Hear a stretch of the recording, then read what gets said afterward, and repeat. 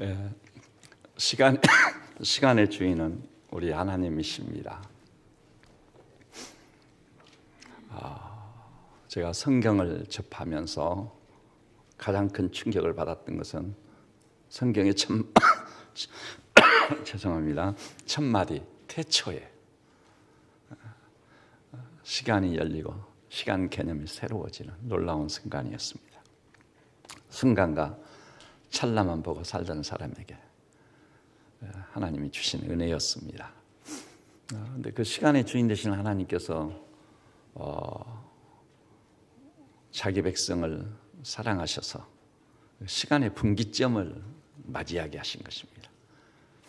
2014년이라는 그 묵은해가 영원이란 시간 속에 사라졌습니다. 우리 하나님께서 돌멩이 하나도 우연이 없고 풀 한 폭에도 필연의 역사가 있는데 2015년이란 새해를 우리 앞에 활짝 열어주신 것은 우리 아버지의 특별한 뜻이 있다고 저는 믿어 의심치 않습니다. 만일 그 뜻을 우리가 읽을 수만 있다면 우리 인생은 이 탕류를 거스리고 나의 기쁨이나 가정적으로 교회적으로 국가적으로 엄청난 그 최심한 전환점을 체험하는 그런 역사가 있으리라 믿어 의심치 않습니다. 근데 이런 것을 전제한 채 그 영시예배 메시지가 뭐냐? 새해 첫 주일 하나님께서 허락하신 메시지가 뭐냐? 굉장히 뜻이 깊습니다. 의미가 심장한 겁니다. 연말 연시가 되면 메신저는요, 하나님 존전에 있으면서 상당한 영적 긴장감과 전율을 느끼는 거예요. 주께서 어떤 말씀을 선포하게 하실까? 나와 우리 교회 주께서 예비하신 말씀이 무엇일까? 궁금하는 겁니다. 그런데 우리가 영시예배 때 주신 메시지가 뭐였죠? 설교 제목이 새로운 피조물이다. 그건 존재성에 관한 문제, 존재성. 존재가 달라지지 않는 한 아무것도 달라지지 않아요. 고린도서 5장 10절에서 사도가 말했던 그 차원에서 그리스도 안에 있으면 새로운 피조물이라. 어머니 뱃속에서 처음 가지고 나온 것은요, 6은 6일 뿐이에요. 경계가 있습니다. 제한적입니다. 그런 우리가 예수라는 분을 만나가지고 그리스도 안에서 새로운 피조물이 되면 그것은 내 존재의 엄청난 변화를 해요. 존재가 흔들리는 거예요. 기독교는 그것을 중생이라고 해버립니다. 새로 태어난다, 거듭난다. 이해할 수 없는 새로운 존재를 말씀하고 있는 것입니다. 그것을 요한신학은 영접하는 자 곧 그 이름을 믿는 자들에게는 하나님의 자녀가 되는 권세를 줬다. 우리 측량할 수 없는 은혜입니다. 그래서 영시예배 때는요, 그 존재성에 관한 말씀을 받았습니다. 저는 우리 새빛저는 믿음의 식구들이요, 그리스도 안에서 최심한 존재적 변화를 체험해서 이전 것은 지나갔으니 보라 새 것이 되었도다. 이 환희가 반드시 터지기를 주의 이름으로 축복합니다. 그것은 여러분의 인생을 완전히 뒤집어 놓을 것입니다. 그 다음에 이제 오늘 첫 주일 첫 예배인데 어떤 말씀을 우리에게 주고 계시죠? 오늘 설교의 제목이 무엇입니까? 항상 여러분이요, 말씀을 잘 듣는 지름길 중에 하나가 뭐냐? 설교 제목이 뭐냐를 묻는 거예요. 에스겔 골짜기의 환상입니다. 환상을 말하고자 하는 것입니다. 하나님께서 우리에게 비전을 말하고자 하는 것입니다. 그러니까 영시예배 때는요, 존재성을 말씀했어요. 새해 첫 주일 첫 예배에서는요, 그 존재가 이 땅을 사는 동안 무엇의 이끌림을 받아야 될 것인가? 어떤 사람은요, 돈 때문에 사는 사람이 있어요. 어떤 사람은요, 명예를 쫓아 달려가는 사람이 있어요. 그것은 다 허사일 뿐입니다. 필요 없다는 건 아니에요. 그렇지만 나라고 하는 존재가 평생을 두고 이끌림을 받아야 될 것은 뭐냐? 그것은 하나님이 우리에게 주시는 비전과 환상에 의해서 이끌림을 받아야 돼요. 우리 시대를 대표하는 유명한 메신저 세들베교의 릭 워렌 목사님. 그래서 목적이 이끄는 삶. 그 목적이 뭐죠? 비전이에요. 환상이에요. 하나님과의 씨름을 통해 야복나라서 야곱처럼 씨름을 해가지고 왜 하나님이 나를 이 땅에 보내셨습니까? 왜 나를 하나님의 사람이 되게 하셨습니까? 새로운 피조물이 되게 하셨습니까? 나를 통해 이루시고자 하시는 아버지의 기뻐하시는 뜻이 무엇입니까? 그때 하나님과 관계에 씨름을 하는 과정 중에 하나님이 우리에게 보여주시는 환상이라는 게 있단 말이에요. 비전이라는 게 있습니다. 잠언에 보니까 한번 따라서 볼까요? 비전이 없는 민족은 망한다. 그렇습니다. 한 마리의 짐승이 사는 것과 다를 바 없어요. 비전이 없으면. 짐승과 다를 게 뭐 있어요? 짐승보다 오히려 추하죠. 돈에 따라가고 명예욕에 취하고 그리고 완전히 썩어가지고 부패해서 냄새 풀풀 나는 남녀간의 애정에 그런 침면에 빠져버리고 얼마나 가련하고 불쌍한지 몰라요. 근데 이 모든 것으로부터 자유하면서 하나님이 우리에게 주신 그 환상과 비전을 딱 보고 그것을 붙잡는 순간 그 비전이 우리 인생을 이끌고 가는 거예요. 자다가도 벌떡 일어나요. 게으를 수 없어요. 낙심할 수 없어요. 좌절할 수 없어요. 하나님이 주신 비전과 환상을 딱 깨닫고 붙잡으면은요.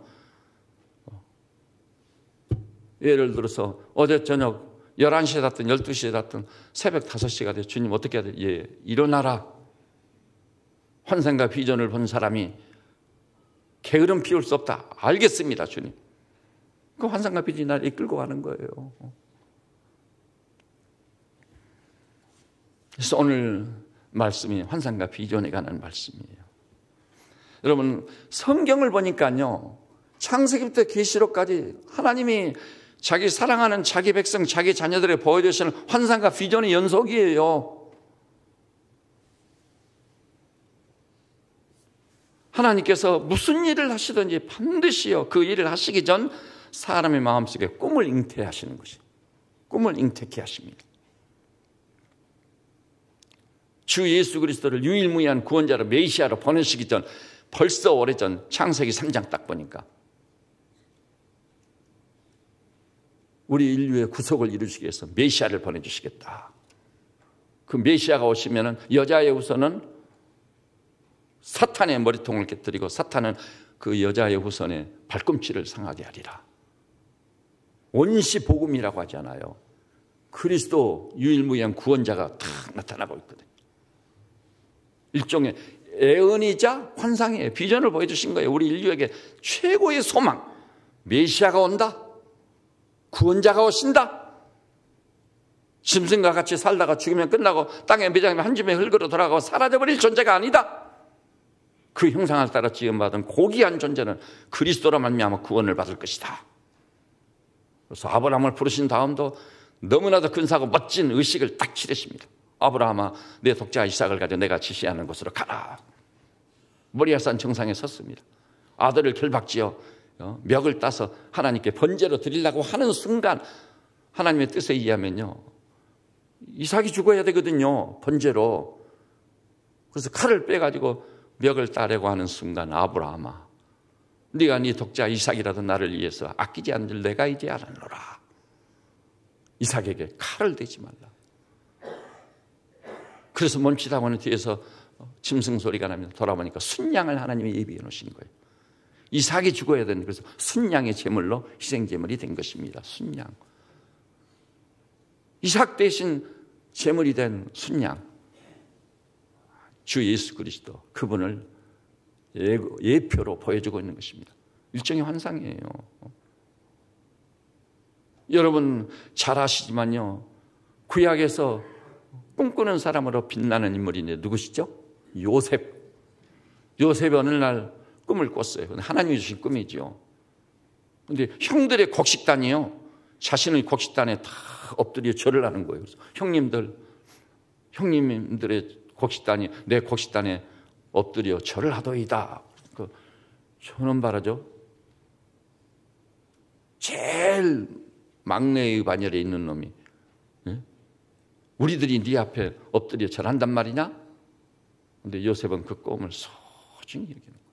또 한 번 꿈을 꿨어요. 하나님이 주신 꿈인데 해와 달과 형님들의 별 11개가 자신의 별 앞에 딱 엎드려 절을 하는 거예요. 부모님들도 이해를 못했어요. 야, 아버지 어머니는 우리가 네 앞에 엎드려 네 형들과 더불어 절한단 말이냐? 근데 요셉은 그건 모르지만 이건 하나님이 주신 꿈입니다. 비전이에요. 환상이에요. 그런데요, 마침내 그 꿈은 이루어집니까? 안 이루어집니까? 이루어졌습니다. 그런데 요셉이요, 이 꿈을 얼마나 굳게 붙잡았으면 도단에서 형들이 양을 치고 있는데 부모님이 불러가지고 형들 점심을 가져다 줘라 심부름을 시킵니다. 그래서 요셉의 꿈을 생각하면서 노래하면서 이 형들이 드실 점심을 가지고 갑니다. 형들이 보니까 저 요셉이 오고 있거든요. 오죽하면 형들이 요셉을 향해 뭐라고 그랬죠? 꿈꾸는 자가 오는도다. 요셉이라는 인물은요, 꿈꾸는 자라고 평가받을 수밖에 없는 사람이에요. 여러분, 사랑하는 우리 형제자매들 기억하십시오. 여러분과 제가 환상과 비전과 꿈을 꾼다고 세금 더 내라갑니까? 손해날 것도 없는데 사람들이 꿈이 없어, 비전이 없어. 허구한 날 다람쥐가 채바퀴를 돌리듯이 그런 인생을 살고 있어요. 그러지 맙시다 우리. 저는 직장을 가나 가정에서나 친구를 사귀거나 얼마 못 가서 저 꿈꾸는 자가 오는도다 이렇게 평가받을 수 있는 성도들 되시기를 주님의 이름으로 축복합니다. 요셉이 꾼 꿈 그대로 실현됐어요. 진짜 부모님을 비롯해서 형들까지도 요셉 앞에 굴복당할 수밖에 없었어요. 하나님이 꿈을 실현해서 높이신 것입니다. 여러분, 신약에도 사도행전 보니까요, 사도들이 사역을 할 때 어떻게 사역하죠? 바울을 향해서요, 저 마게도니아 사람이 꿈 환상 중에 손짓을 하면서 건너와서 우리를 도우라. 환상을 보고 가는 거예요. 그것은 굉장히 신비한 일이죠. 하나님이 개입하신 일이니까 신비할 수밖에요. 그런데 오늘날 과학과 합리적인 인간 논리가 치명적인 오리를 범했어요. 그게 뭐죠? 신비를 제거해버린 거예요. 정말 어머니의 태중에서 우리를 비듬이 신묘막측합니다. 과학적으로 까발려가지고 신비를 제거해버린 거예요. 과학이나 의학이나 발전하는 것이 맞아요. 옳습니다. 그럼에도 불구하고 신비를 제거해버리는 것은 잘못된 거예요. 그래서 진짜 하나님을 경외하는 의학자들은 어때요? 인간의 이 신체를 다 해부한 다음 너무나도 신묘막측하다. 그래서 여러분 아시죠? DNA를 의학적으로 추적해서 읽어내버린 사람. 굉장한 학문적 성과. 아마 지난 세기에 최고의 성과 중에 하나죠. 그런데 그 사람이 내가 내 일생을 던져서 DNA를 읽기 위해서 학문적 정리를 불태운 결과가 뭐냐. 그것을 읽을 수 있게 됐는데 그 과정 중에서 보니까 너무나도 신비하다. 이것은 인간의 학문적 한계를 벗어난 일이다. 인간의 경계를 넘어선 일이다. 나는 하나님을 믿는다. 창조자 하나님을 믿게 된 걸 아시기 바랍니다. 신비를 제대로 볼 줄 아는 사람이 또 행복한 거예요. 행복해. 1 더하기 1은 2다. 이것밖에 모르는 사람 정말 답답해요. 갑갑해요. 1 더하기 1 더하기 1 빼기 1이 2가 될 수 있다는 것도 아는 사람 알아야 돼요. 유연성이 있지 않아요. 그죠? 저는 여기 계신 우리 모든 믿음의 식구들께서 우주의 왕자와 공주로서 만물을 살피고 관찰하며 헤아릴 줄 아는 하나님의 종들이 되시기를 주님의 이름으로 축복합니다. 여러분, 요한계시록이 뭐죠? 환상의 집합체요. 요한계시록이 가진 그 환상과 비전을 읽을 수 없는 사람은 요한계시록에 대해서 까막눈이야. 그런데요, 현실 속에서도 하나님의 사람들이요, 그 환상과 비전을 보고 그것을 이루는 사람들이 있어요. 저 며칠 전에요, 제가 우연치 않게 뭐 있죠? KBS 아침마당이라는 거 있잖아요. 그 나이 많은 여자 아나운서가 금희 씨인가 출연하고, 금희가 맞나요? 원미 좀 이런 사람이에요. 그리고 그 어떤 남자 아나운서가 짝을 이렇게 출연하지 않아요. 그런데 거기 그 금희 씨가 금희 씨가 이름은 맞습니까? 남의 이름을 더 다르게 부르면 안 되니까요. 그런데 오늘은 세계적인 바이올리니스트를 소개하겠다고 그러더라고요. 그러면서 지금까지 전례 없이 극찬을 하더라고요. 바이올린을 가지고 아주 가냘픈 소녀가 딱 나오는 거예요. 제 눈에는 소녀로 보였어요. 근데 나오자마자 그 금희 씨가요, 그 소녀의 손 좀 보자고. 그래서 그 카메라맨이 탁 포착을 해서 보여주는데요. 이 바이올린을 이렇게 활로 이렇게 타지 않아요. 그러면 손가락 4개로 선을 누르지 않아요. 이 손이요, 뭐 베긴다고 하죠? 예? 굳은 살. 굳은 살이 이양만 장관이 맞기는 맞았는데 굳은 살 정도가 아니야. 완전히 돌멩이야. 쇳덩어리. 얼마나 그 바이올린 4개의 선을 눌렀던지 엄청난 거죠. 그러니 그 금희 아나운서가 사진을 한 장 보여주겠다고. 그랬더니 그 출연한 그 바이올리스트 그 박지혜 양의 그 굳은 살이 베긴 이 손가락을 딱 보여주더라고. 그 사진이 찍힌 거예요. 근데 이 사진을 보니까 이건 정말 손가락이 아니야. 완전히 무슨 돌멩이를 붙여놓은 것 같아. 소개를 하더라고요. 그런데 그 박지혜 양이 나와서 자기 이 얘기를 시작했습니다. 한 곡 연주한 다음 아마 여러분 가운데서는 바이올린을 하니까, 그리고 제가 연주하는 이 바이올린이 어떤 바이올린인지 아시냐고. 아무도 모르지요. 이태리에서 제작된 것으로 독일 정부가 소유하고 있는 250년 전에 제작된 바이올린. 세계적 명품. 그리고 그 어느 정도 명품이냐면요, 독일 정부가 그걸 소유하고 있는데 그 해에 세계적인 바이올린 연주 대회에서 정상에 오른 사람에게요 1년간 계약서를 쓰고 그것을 1년간 마음껏 소유하고 그것을 누리도록 준대요. 그러니까 한 해만 그 바이올린을 소유하고 누려도 연주자에게 영광이지 않아요. 그런데 몇 년간이요? 12년간. 아이고, 지금 충격 먹었어요. 그러니까 12년 동안 한 해도 거르지 않고 바이올린 연주대회에서 세계 정상에 올랐다는 얘기거든요. 그리고 그가 가지고 있는 인격과 신앙, 그리고 인류의 이웃사랑, 이 모든 것을 감지한 세계의 어떤 부호가요, 그 바이올린을 매입을 해가지고 평생 이 바이올린은 당신 것입니다고 준 거예요. 자기 소유가 됐어요. 그러니까 명실상부하게 세계 정상에 오른 사람이지 않아요. 아마 이런 바이올린을 선물로 받고 이렇게 세계 정상에 오른 것을 볼 때 틀림없이 여러분은 나를 보고 천재적인 재능을 가지고 태어난 사람이다 이렇게 생각하실 겁니다. 아닙니다. 내 손가락을 보셨으면 알지만 뭐예요? 엄청난 훈련의 결과물이요. 뭐 천재적인 재능을 가지고 태어난 게 아니에요. 또 한 가지요. 아마 저런 명품 바이올린을 가지고 있는 것을 볼 때 엄청난 재정적 능력이 있을 거다. 재정적인 능력이 있으니까 그렇게 훌륭한 사람들한테 사사를 받아가지고 오늘에 이르지 않았을까. 돈 없이는 악기를 못하니까 이 시대는. 그렇게 생각하실지 모르는데 아닙니다. 저는 오직 바이올린 하나 때문에 독일에 유학을 나서 어렵사리 바이올린을 이렇게 연주하는 자기 어머니가 바이올리니스트이기 때문에 어머니한테 돈 한 푼 들지 않고 무료로 레슨을 받은 겁니다.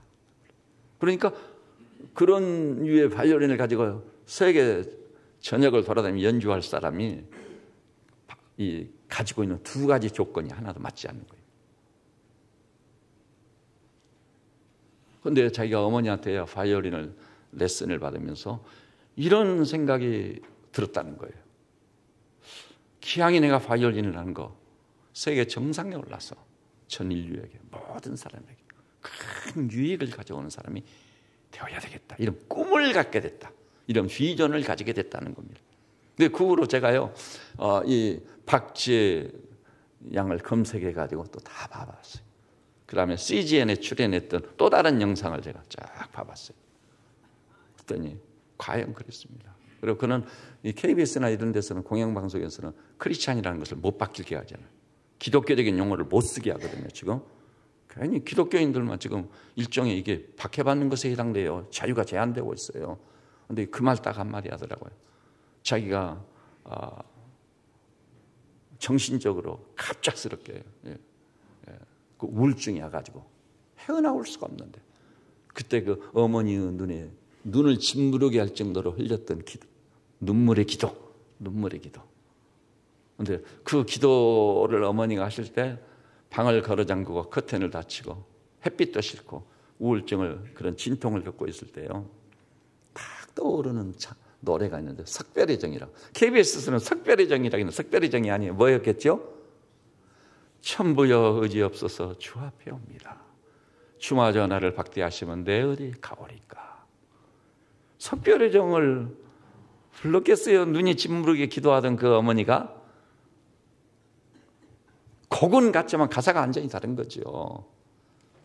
그 찬송이 자기를 이끌어준 거예요. 그래서 그 무서운 우울증에서 완전히 벗어나가지고, 심지어는 저 울릉도에 가서, 교도소에 가서, 바이올리스트가 갈 수 없는, 바이올린이 가면 피아니스트가 있어야 되잖아요.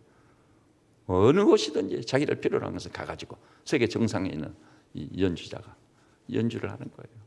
은혜를 끼치는 것입니다.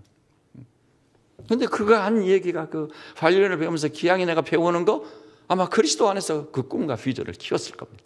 세계 정상에 올라가지고 수많은 사람들한테 많은 유익을 가져와야 되겠다. 그 꿈꾸는 자였습니다. 마침내 그 꿈이 실현됐습니다. 하나도 조건을 갖추지 않은 이 소녀가 세계 정상에, 최정상에 오르게 된 것입니다. 여러분, 하나님이 하시는 일은요, 따라서 합시다. 하나님이 하시는 일은 꿈꾸는 자의 것이다. 국가도 예외는 아닙니다. 하나님의 백성 이스라엘을 생각해 보세요. 제가 이스라엘에 대해서 누누이 말씀드렸죠. 다시 말씀드립니다만은 영역별로 최정상에 있는 사람 전부 유대인이라는 얘기를 했고, 그 이름들을 다 거명했었죠. 과학의 지존 누구라고요? 아인슈타인. 발명의 지존 누구라고요? 에디슨. 세계 최고 부자. 30년 동안 부자자를 한 번도 놓치지 않은 록펠러, 유태인이라고 그러잖아요. 지금은 빌 게이츠, 유태인. 스필버그 감독, 전설적인 스필버그. 그 사람뿐만이 아니에요. 또 유명한 그 배우 찰스 채플린. 락 뮤직의 전설 누구죠? 엘비스 프레슬리. 유태인이에요. 로스 차일드 가문. 인류 역사상 세계 제1의 금융 가문이에요. 금융. 수백 년 동안 정상에 있어요. 세계 경제 대통령 연준, 버냉킹, 엘렌이라는 뒤를 이어받은 할머니 다 유태인이요. 이런 일이 어찌 있을 수 있단 말이가. 미국에요, 세계 최정상의 명문 대학 8개를 일컬어 아이빌리그 대학이라고 합니다. 아이빌리그. 근데 그 아이빌리그 대학, 사립대학 세계 최고의 명문 8개 대학의 학생들과 교수들 40%가 유태인이에요. 이 얼마나 경악을 금할 수 없는 일이나요? 영역별로 유대인들이 다 점령하고 장악하고 있는 거예요. 사실 세계 정치, 경제, 사회, 배후에서 영향력을 미치고 있는 사람은 유태인들이라는 것은 의심할 여지가 없이 다 알고 있는 사실이에요.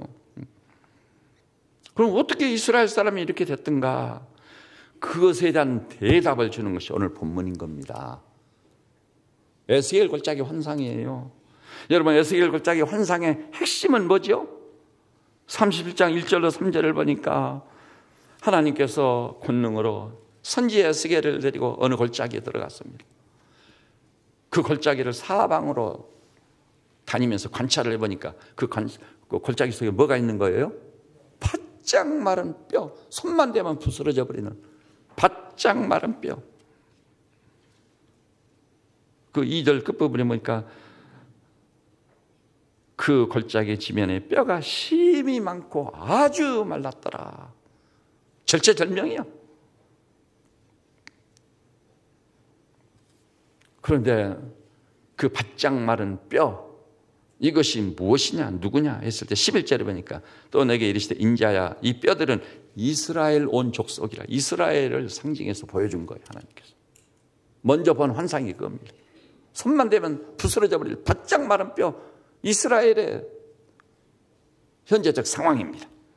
절체절명이에요. 그래서 11절에 이 뼈들은 이스라엘 온 그들이 이르기를 우리 뼈들이 말랐고 우리의 소망이 없어졌으니 우리는 다 멸절되었다 하느니라. 절대 절망입니다. 그런데 그 뼈들을 보고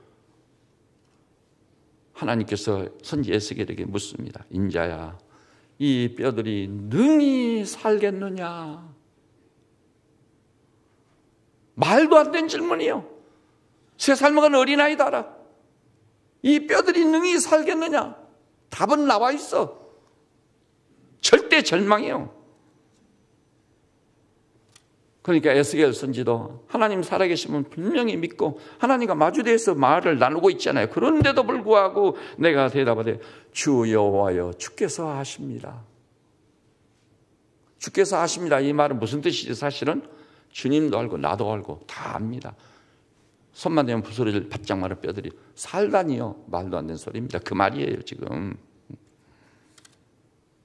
그런데 하나님께서요 내 말을 가지고 대언하라고 하잖아요.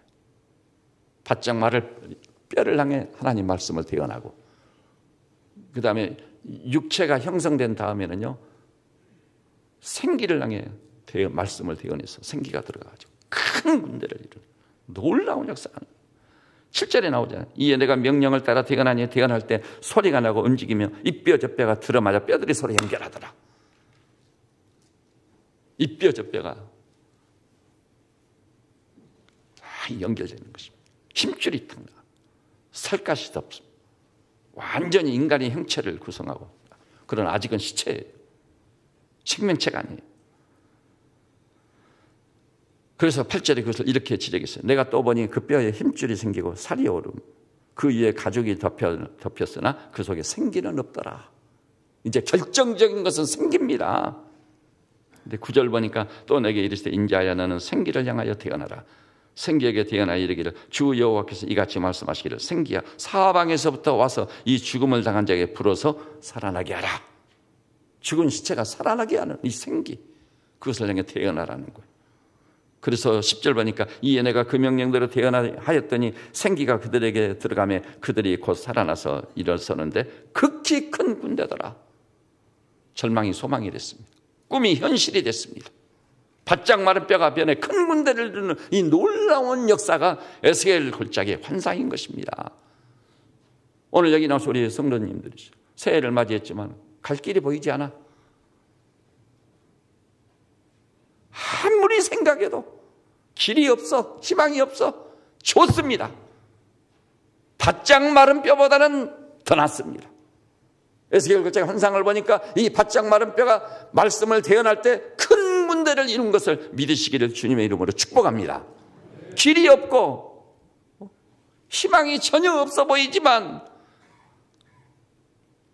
하나님 말씀을 붙잡고 살기 시작하면 바짝 마른 뼈가 큰 군대를 이루듯이 길이 뚫리고 장애물이 제거되고 장벽들이 무너져 내리고 주의 대로가 뚫리는 것을 확실히 믿으시기를 우리 주님의 이름으로 축복합니다. 여러분 기왕에 우리가 하나님을 믿는데요, 하나님을 믿는 믿음으로 말미암아 승리해보고 싶지 않으세요? 하나님께서 씨름중에 내게 선물로 준 그 환상을 이루는 놀라운 역사의 주역이 되고 싶지 않으세요? 그래서 이것은 아까 이스라엘에 관련된 말씀이라고 그랬죠. 이스라엘 분명합니다. 이스라엘입니다. 이스라엘이요 AD 70년에 로마 티도이에서 정복당했습니다. 완전히 무너져 버렸습니다. 재기불능에 빠졌어요. 그리고 이스라엘 사람은 산지사방으로 다 흩어져 버렸어요. 그래서 2000년 동안 나라를 잃고 산지사방에 흩어져서 가는 곳마다 박해를 받으면서 살았어요. 2차 대전 때는 독일 나치에서 600만 명이 학살당했어요. 폴란드의 게토 지역에, 게토라는 것은요 유대인들이 자기들끼리 모여 사는 거. 그 게토 지역에 있던 유대인이 5만 명이 한 사람도 살아남으면 다 죽었어요. 다 죽어. 역사 현장에 지금도 있지 않아요. 그래서 유대인들이 생각해요. 이제는 우리 민족은 끝이다. 나라를 잃고 2000년 동안 방황하는 백성이 된 것도 끝인데 이렇게 박해를 당해가지고 살아남지 못하고 여기서 죽고 저기서 죽고 다 죽으니 이 나라의 백성은 끝이다. 그런데도요 유대인들이 끝까지 가지고 있었던 환상이 에스겔 37장입니다. 에스겔 골짜기 환상. 바짝 마른 뼈가 큰 군대를 이뤘지 않느냐. 거기 분명히 주님께서 말씀했어요. 그 11절 보면 또 내게 이르시되 인자야 이 뼈들은 이스라엘 족속이라. 그들이 이르기를 우리 뼈들이 말랐고 우리의 소망이 없어졌으니 우리는 다 멸절되었다 했지만 12절에 그러므로 너는 대언하여 그들에게 이르기를 주 여호와께서 이같이 말씀하시기를 내 백성들아 내가 너희 무덤을 열 것이다. 무덤이 열리는 역사가 있는 줄 믿으시기 바랍니다. 그 하나님이 하실 때만 그 일은 우리 논리나 우리 과학적 사고방식은 불가능한 거예요. 그 논리도 필요하고 과학적 사고방식이 필요 없다는 거예요. 그것도 필요하지만 하나님의 권위 앞에서는 굴복당해야 돼. 하나님이 하시기로 하면은 하나님만이 하실 수 있는 경이로운 일, 신적 수준과 차원의 일이 우리를 위해 기다리고 있음을 확실히 믿으시기를 우리 주님의 이름으로 축복합니다. 내가 너희 무덤을 열어버릴 것이다. 너희를 거기서 나오게 할 것이다. 이스라엘 땅으로 들어가게 할 것이다. 기가 막힌 말씀. 이건요 세계 어떤 정치인도 학자들도요 예상을 전혀 못했어요. 그런데 이스라엘 사람들 속에서 이 에스겔 37장 에스겔 걸작의 환상을 보면서 시오니즘이 일어났어요. 시온으로 돌아가자. 저것들 정신 빠진 놈들이네. 600만 명이 학살당하고 5만 명이 게토 지역에서 학살당하더니 사람들이 완전히 정신이 돌았구나. 2000년 동안 나라를 이루는데 무슨 수로 거기는 이미 실황의 골짜기가 됐고 저 중동에 사나운 저 아랍 족속들이 살고 있는데 무슨 수로 가서 고토를 회복한단 말이에요. 국제적으로 볼 때 누가 유대인이 그 나라 세우라고 허용할 수 있어요? 저는 레온 유리스가 쓴 그 엑소더스라는 영화 보신 분들께 저는 영화는 못 봤는데 책은 읽었어요. 엑소더스라는 책을 가지고 있는 분 있을 수 있어요.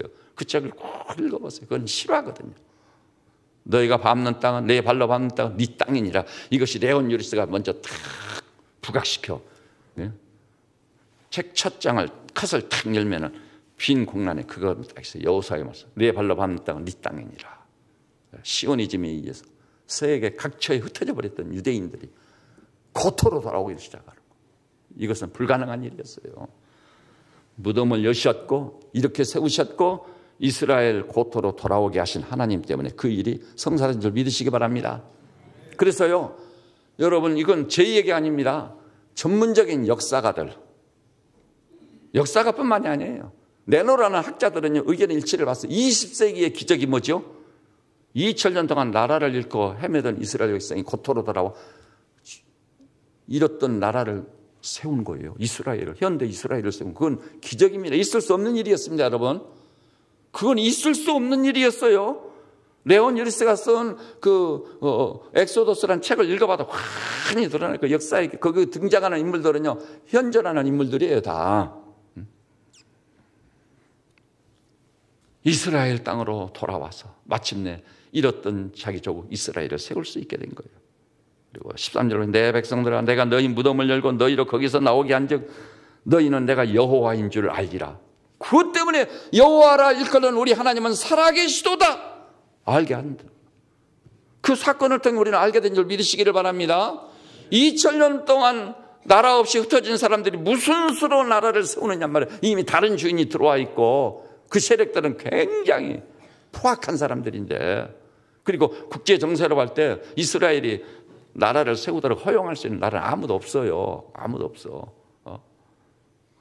사실 그랬습니다. 그 당시에. 근데 기적이 일어난 겁니다. 그래서 그 하이파항으로 흩어졌던 이스라엘 사람들이 고토로 돌아와서 배를 타는데 그 수송선이 하이파항으로 들어오는 거예요. 이스라엘 하이파항으로.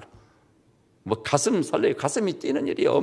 그 책을 뭐 읽기만 해도 막 가슴이 벌렁벌렁해요. 나는 유태인이 아닌데도 막 와, 놀라운 일이구나. 놀라운 역사구나. 거기서 여호와라 일컬은 우리 하나님은 살아계시도다. 이거 그랬잖아요. 내가 여호와인 줄 알리라. 사건을 통해 현실을 통해 살아 역사하시는 하나님의 손길을 체험하는 거예요. 14절 보니 내가 또 내 영을 너희 속에 두어 너희가 살아나게 하고 내가 또 너희를 너희 고국 땅에 두리니. 고국 땅, 기가 막힌 말씀이에요. 나 여호와가 이 일을 말하고 이룬 줄을 너희가 알리라. 여호와의 말씀이니라. 문맥의 결론이에요. 그래서 이스라엘도 에스겔 골짜기 환상을 보고 그 환상을 이루었지 않아요. 그래서 이스라엘 현대 국가의 회복을 놓고요, 그것을 상징적으로 대표성을 띄어서 보여주는 놀라운 하나의 사실이 있어요. 예루살렘에 있는 이스라엘의 국회 의사당을 가지 않아요? 그럼 그 국회 의사당에 기념비적인 축전물이 하나 있는데 그게 뭔지 알아서 따라서 메노라. 메노라라는 것이 있어요. 메노라가 뭐냐면요, 구약의 그 성전에 딱 들어가면 오른쪽에 떡상이 있고 왼쪽에 뭐가 있죠? 촛대가 있지 않아요? 촛대가 어떻게 생겼냐면은 기둥은 하나로 올라가지고 쫙 부채처럼 퍼져가지고 왼쪽에 3개, 오른쪽에 3개, 가운데 하나, 그래서 총 7개의 촛대가 딱 그 촛대가 있는 거예요. 그 촛대를 바로 뭐라 하죠? 메노라라고. 그 국회의사당에 메노라를 딱 세워놓고 그 메노라에 에스겔 37장을 딱 오늘 본문을 기록해 놓은 거예요. 에스겔 골짜기의 환상을 그들은 붙잡았습니다. 이 환상에 기록된 나 여호와의 말이니라, 이 말씀이 실현될 줄 믿어 의심치 않았습니다. 그 결과 기적의 역사가 나타났음을 믿으시기를 주님의 이름으로 축복합니다. 그렇다면 우리는 뭡니까? 우리는 에스겔 37장과 상관없는 존재들일까요? 구약이든 신약이든 모든 말씀은 믿는 자를 위해서 하나님이 예비하신 말씀임을 믿으시기를 바랍니다. 그리고 믿으면 내 영광을 보리라. 그것입니다, 여러분. 그래서 우리가 이 땅에 살면서 빈거가 되는 것입니다. 증인이 되는 것입니다. 사실이요, 꿈이라는 것이 하나님의 놀라운 법칙 중에 하나임을 알았어요. 공중에 날아가는 꿈을 꾼 사람이 있음으로 말미암아 뭐가 발명된 거죠? 비행기가 나온 거예요. 우주적 꿈을 꾼 사람이 있으니까 뭐가 나온 거예요? 인공위성이 나온 것입니다. 그것은 꿈꾸는 자의 몫이라고 아까 하지 않았습니까? 세금 내라는 사람도 없는데 여러분, 야복 나루토 야곱처럼요, 주님과 씨름을 하세요. 그래서 나의 어떤 야망을 이루기 위한 꿈이 아니라 하나님으로부터. 제가 미리서 좀 예고합니다. 오늘 제가 이 예화를 할 것인가 말 것인가 했는데 시간이 조금 가더라도 제 시간에 제가 끝나려고 하는데 이 예화를 제가 해야 되겠네요. 아무래도. 무슨 예화냐면요, 이건 제가 이스라엘 히브리 대학 가서 공부한 사람들, 학위 10몇 년씩 예루살렘에서 히브리 대학에서 공부하며 살았던 사람, 랍비 학교에서 공부한 사람, 랍비 학교 가서 공부했어요. 백석대학에 변선복 교수 랍비 학교에서 랍비일과 똑같이 공부했습니다. 그런 사람들이 이스라엘 교육의 비밀이 뭐냐, 한 사람 같이 의견의 일치를 보는 거예요. 이스라엘 교육의 본질과 핵심이 뭐냐, 그것을 보여주는요 어떤 랍비의 가르침이 있어요. 한 랍비가 제자들을 모아놓고 산 닭을 한 마리씩 다 나누었습니다. 가서 아무도 없는 곳에 가서 이 닭을 잡아가지고 오너라. 오늘 저녁은 닭 요리로 즐기겠다. 그래서 그 닭 한 마리씩 받아가지고 갔어요. 한두 시간 지나니까요 닭을 잡아가지고 들고 옵니다. 그리고 닭고기를 즐길 심산에서 근데 제자 중에 하나만 유난히 산 닭을 가지고, 산채로 닭을 가지고 온 거예요. 그래서 랍비가 물었습니다. 너는 어찌하여 닭을 잡지 않고 산채로 가져왔느냐? 제가 아무도 없는 곳에 가서 이 닭을 목을 탁 비틀려고 하는데 닭이 두 눈을 껌뻑 뜨고 나를 쳐다보고 있었습니다. 그 눈길이 의식이 되자 도저히 닭 모가지를 비틀 수가 없어서 제가 꾀를 냈습니다. 헝겊으로요 깊숙한 모자를 만들어서 닭머리에다 그냥 탁 씌웠습니다. 닭이 보지 못하지 않아요. 눈은 떴을지라. 그래서 닭 모가지를 딱 비틀려고 하는 순간에 하나님의 눈이 저를 보고 있다는 것을 알게 됐습니다. 하나님의 눈이 저를 보고 있는데 그 눈앞에서 닭 모가지를 차마 비틀 수가 없어서 산채로 가져왔습니다. 그때는 숙연해지는 거예요. 그때 랍비가 말했어요. 바로 이것이다. 사람은 하나님의 형상을 따라 지음받은 고귀한 존재다. 그런 고귀한 존재가 사람다운 사람으로 존재하고 살기 위해서는 하나님의 눈을 의식해야 된다. 사람이 아무도 없어. 보는 사람 없어. 시비 걸 사람 아무도 없어. 그럴지라도 하나님의 안전의식, 전전의식을 가지고 살아야 되느니라. 그럴 때 사람다운 사람이 되느니라. 여러분, 그래서 이스라엘 교육의 키포인트가 뭔지 아세요? 사람이 아무도 없어도 사람다운 사람으로 존재하고 산다. 이게 이스라엘 교육의 핵심이에요. 근데 이것이 끼치는 영향력은 너무나도 놀라운 겁니다. 너무나 놀라워요. 저나 여러분요, 사람의 눈을 의식하지 않아요. 사람의 눈 때문에 포기한 것이 얼마나 많고, 사람의 눈을 의식해 위장한 일이 너무나 많고, 그리고 죄 지은 일이 너무나 많아. 사람 눈이 없는 곳에서는 멋대로 살고 죄를 짓고 악을 행하고 게으름 피우고 안일에 빠지고. 그런데 하나님의 안전의식을 가지고 사는 자는요, 사람이 있든 없든, 사람이 한 사람도 없고 시비 걸자 벌자 아무도 없어도 최상의 인생을 사는 거예요. 하나님 존재의식을 가지고. 그리고 하나님과의 씨름을 통해 비전을 받지 않아요. 꿈을 받지 않아요. 그때 그 꿈을 이루어가는 과정이요, 하나님의 존재의식을 가지고 살면서 그 꿈을 이루어가도록 하라, 이거예요. 그러니까 이스라엘 사람들이요, 사람이 있든 말든 하나님 눈을 의식하고 사는 거예요. 사장도 없고 직원도 없고 아무도 없어도, 부장도 대리도 없어도, 감시자 감독자 아무도 없어도 혼자서 단추를 정성을 다해서 하는 거예요. 하나님이 보시니까. 하나님 눈을 의식하고 하나님 눈앞에서 사는 거예요. 그러니까 무엇을 하든 최선이에요. 최선. 하나님이 보시니까. 하나님의 눈을 피할 자가 어디 있느냐. 시편 139편에 보니까 내가 주의 신을 피하여 어디로 가오리까. 바다에 간즉 거기도 계시고, 저 오바다에서 보니까 별들에 가서 숨으니까 내가 너를 거기서도 끌어내리리라. 하나님의 눈을 피할 수 없어요. 내가 주의 눈을 피하여 어디로 가오리까. 그러니까 하나님의 안전의식을 가지고 사는 자는 어떨 때는요, 하나님의 안전에서 어린아이가 엄마 품에서 재롱을 피우듯이 사는 거예요. 굉장히 행복한 삶입니다. 엄숙한 삶만이 아니에요. 자다가도 벌떡 일어납니다.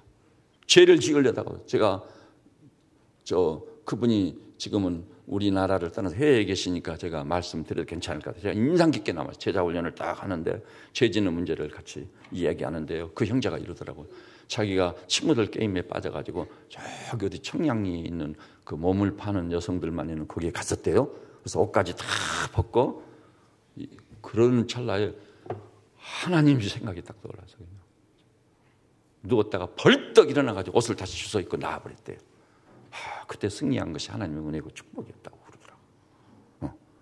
이분 얘기를 처음으로 제가 지금 교인들 비밀을 폭로시키는 사람이 아니고요, 처음으로 제가 이 일을 말씀드리는 겁니다. 얼마나 귀한 형제였는지 몰라요. 사랑하는 우리 형제자매님들이시여, 2015 새해를 왜 열어주셨을까? 우리는 새로운 피조물을 선고해 있었습니다. 새로운 피조물로서 우리의 존재는 꿈과 환상을 봐야 돼요. 비전을 가져야 돼요. 하나님과의 씨름을 통해 그것을 받아야 돼요. 오늘 본문에 보니까 이 환상의 핵심은 무엇으로 이루어지죠? 먼저는 말씀 대언. 하나님의 말씀을 보다 보면은요, 꿈을 품을 놀라운 순간이 꼭 찾아옵니다. 제가 그러더라고요. 태초에 하나님의 천지를 창조하시니라. 제가 말씀의 눈이 탁 열리니까요, 정말 무에서 유를 창조하는 하나님의 이 경이로운 역사, 빛이 있으라 하심에 빛이 있었고, 와, 정말 놀랍더라고요. 어떤 그 스케치가 되는 거, 스케치가 그 완성품은 아닐지라도 요한계시록을 읽어도요, 계시록에 나온 말씀을 제가 스케치할 수 있어요. 스케치할 수 있습니다. 그랬었구나. 저 담배색 도상에서 이 정오해같이 강한 빛이 내려쬐이면서 주님, 부활하신 주님이 찾아오실 때 주여 니시니까 할 때 나는 내가 핍박하는 나사렛 예수라. 사울아 네가 어찌하여 나를 핍박하느냐. 와, 그 놀라운 장면이 스케치가 되는 거예요. 내게 환상으로 다가오는 거예요. 단순한 인쇄된 글씨로만 다가오는 게 아니라 그때 말씀이 살았고 운동력있는 말씀으로 내 자신을 압도적으로 덮어버리는 것입니다. 오늘 여기 나오신 새빛의 양무리들이 있어요. 새해부터는요, 기를 쓰고 말씀을 듣고 배우고 받기 위해서 힘쓰십시오. 심지어는요, 이런 생각이 나면 새벽이라도 깨우고 달려와서 하루 첫 시간을 시작하는데 말씀을 딱 받는 거예요. 수요일 날 달려와서 하나님의 음성을 듣고 말씀을 받는 거예요. 그 말씀을 받다 보면 내 속사람이 살아나요. 그러면서 환상과 비전을 보게 되는 거예요. 그리고 또 한 가지요. 이 본문에 보니까 생기를 향한 대언이 있지 않아요. 그 생기가 뭐라고 했냐면 14절에 또 내가 내 영을 너희 속에 두어 너희가 살아나게 하고, 우리를 살아나게 하는 것은 뭐죠? 생기라고 일컬어진 성령님입니다. 성령님이 임할 때 죽은 자가 살아나게 될 줄로 믿으시기를 바랍니다. 그런데 이 성령님은요, 기도하고 같이 다녀요. 주님이 산상설교에서 뭐라고 말씀했죠? 너희 중에 자식이 부모에게 떡을 달라 하면 돌을 줄 자가 어디에 있고 생선을 달라 하면 뱀을 줄 자가 어디에 있겠느냐. 너희 중에 악한 자라도 자식에게는 좋은 것으로 줄 줄 알거든 하물며 하늘에 계신 너희 천부께서 구하는 자에게 무엇을? 성령을 선물로 주시지 않겠느냐. 다른 병행 구절은요, 좋은 것을 선물로 주시지 않겠느냐. 여러분과 저에게 진정한 의미에서 좋은 것은 언약의 성령님이신 줄 확실히 믿으시기를 바랍니다. 구하는 자에게 성령을 선물로 주시지 않겠느냐. 성령님을 구하라는 것입니다. 사모하라는 것입니다. 그리워하라고 하는 것입니다. 오늘 여기 나와서 우리 온 교우들께서 성령님이 너무 그립고 사모하래요. 사도행전 1장에 보니까 자리를 갖춰요. 전심으로 성령님을 기다리고 대망했던 것처럼 성령님을 기다리고 대망해서 언약의 성령으로 충만한 여러분의 배에서 생수의 강이 쏟아지는 놀라운 역사의 주역들 되시기를 주님의 이름으로 축복합니다. 그럴 때 하나님으로부터 우리가요, 환상과 비전을 받게 되는 거예요. 그 환상과 비전은 80세가 돼가지고 초야에 묻혀 저 미디안 광야에서 양이 낳치는 목동 모세가 하루아침에 하나님을 만나가지고 사명을 받고 환상과 비전을 보니까 뭐가 돼버리지? 출애굽의 영도자가 돼버리는 것입니다. 제가 볼 때는 우리 세뱃전은 약물이들 가운데서는 이 시대에 모세가 될 사람들이 많이 있어요. 요셉이 될 사람이 많이 있어요. 다니엘이 되어야 될 사람이 너무 많이 있어요. 벌떼같이 일어나가지고 이 시대의 탕류를 완전히 거슬러 올라가가지고 조국을 변화시켜버리고 남다르게 평화적으로 하나님 나라를 이루기 위해서 일치를 이루고 통일이 되는 놀라운 역사의 주역이 반드시 되셔야 될 줄로 믿습니다. 여러분 집안을 복음화하세요. 그리고 이 지역을 복음화하세요. 세빛전원교회가 이 지역의 영적 센터가 반드시 되어야 될 줄로 믿습니다. 그리고 우리 조국과 민족이 하나가 됐을 때 주님이 오실 날이 가까운 이때 5대양 6대주를 복음으로 섬겨가지고 다 주님께 인도해서 그들의 입술을 벌려 하늘의 하나님을 노래하고 찬양하며 그분께 모든 존귀와 영광을 돌리는 그 일에 쓰임받는 만방의 영감의 원천으로 여러분과 제가 쓰임을 받아야 될 줄로 믿습니다. 기도하십시다. 주님, 우리를 위해서 2014 무근해를 영원이란 시간 속에 사라지게 하시고 우리에게 복을 주셔서 2015란 새해를 활짝 열어주신 주님 감사하고 찬송합니다. 한 영혼도 제외됨이 없이 성령의 도우심을 입어 새로운 피조물 되어 이전 것은 지나갔으니 보라 새 것이 되었도다. 환희가 터지게 하여 주시옵소서. 그리고 말씀과 기도의 씨름을 통해 우리를 살게 하는 성령으로 충만해서 하나님으로부터 오는 환상과 꿈을 비전을 받고 그것을 하나님 존재의식을 가지고 거룩한 방식으로 이루어서 하나님의 영광을 만방에 선포하는 위대한 하나님의 종들 되게 하여 주시옵소서. 예수님의 이름으로 기도드립니다. 아멘.